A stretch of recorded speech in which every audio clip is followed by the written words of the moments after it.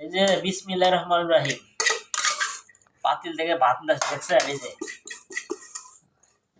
এই যে কাঁচা দিদাসি বুঝছেন, মুন্ডি ভাত খামু।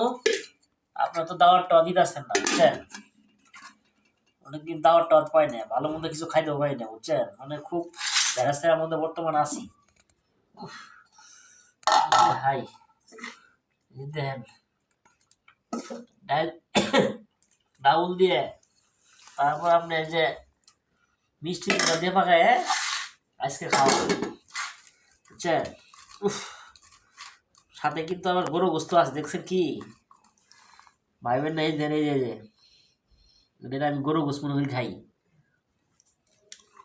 শোন গরু গোস্ত হাড্ডি,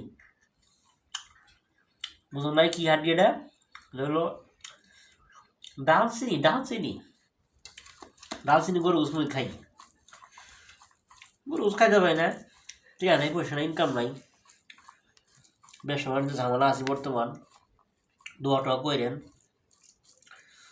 খাইতাছি আর ঘুমাইতাছি আর পেটটা বড় করতেছি, এই হলো কাজ কাম বুঝছেন বর্তমান।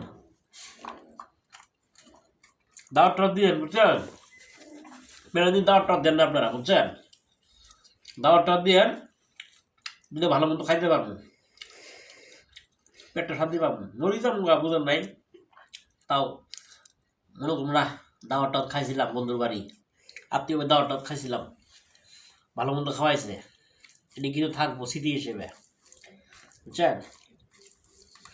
ঠিক আছে, ভালো থাকেন।